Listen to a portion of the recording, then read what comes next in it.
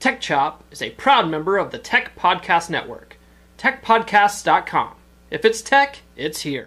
In this episode, we fire the cable guy. I'll juice you up.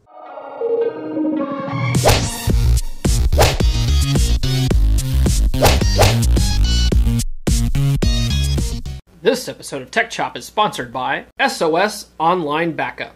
A hard drive crashes every 15 seconds. Are you safe? It's not a matter of if, but when.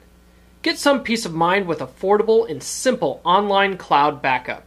Call 888-847-2660 for more information, or click the ad at sos.techchop.com. Welcome to the holiday episode of TechChop. I, of course, am Paul Bauer, aka twitter.com/ElDePablo. Before we get started, I want to wish everyone a Merry Christmas. Ho, ho, ho.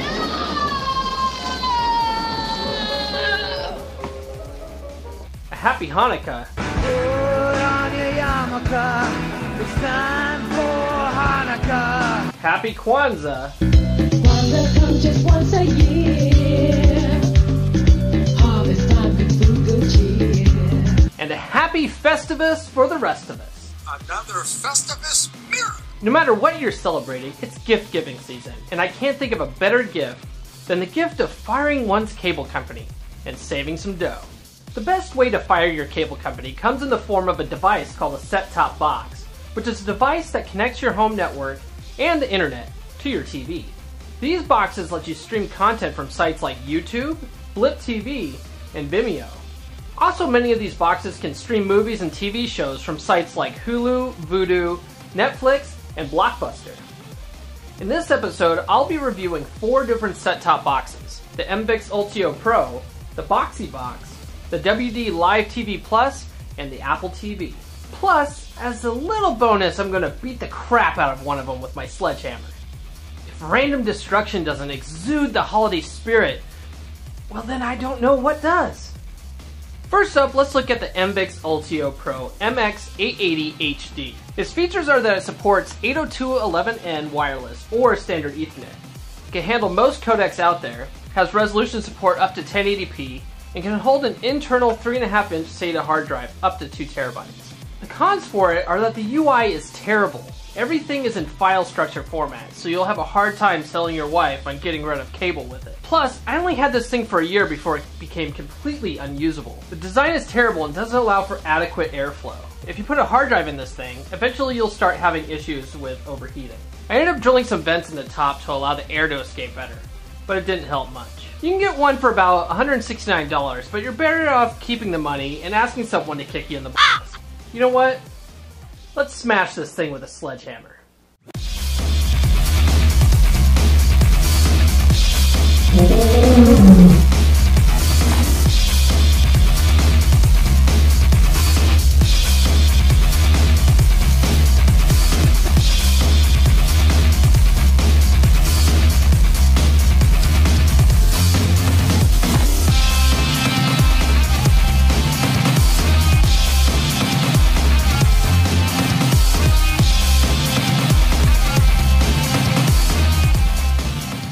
Alright, that was fun. Now let's move on to the Apple TV.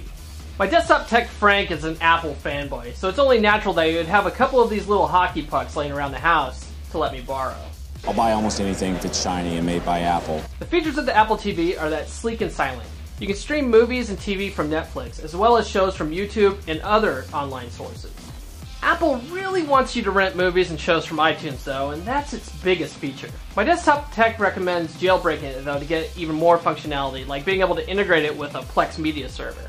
The interface is snappy and pretty and make a decent replacement for your cable service. However, it doesn't support Hulu Plus, which may make it a deal breaker.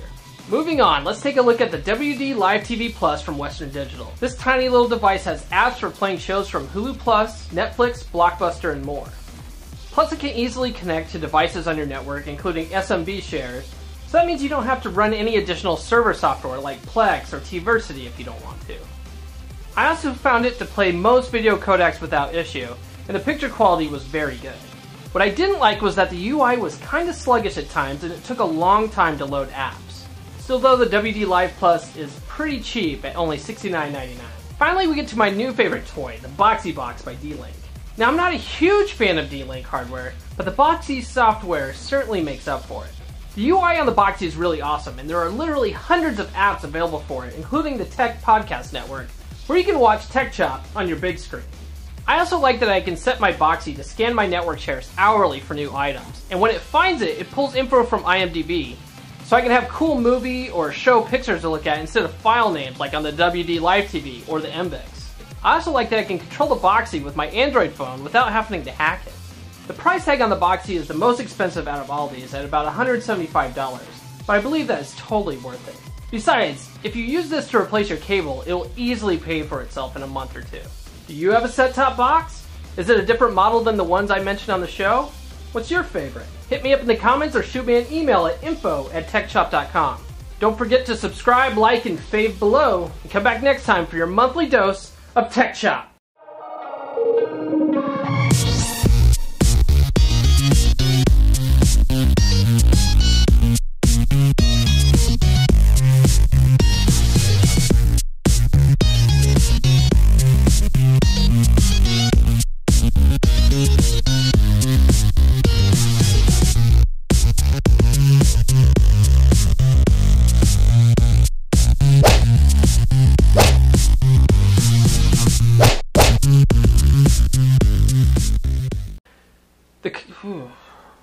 Format, so you'll have a hard time selling your wife on getting ready.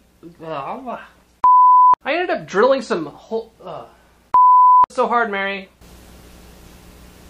The hardest things in life is the best. That's what she said. Can a brother get some subscribers up in here?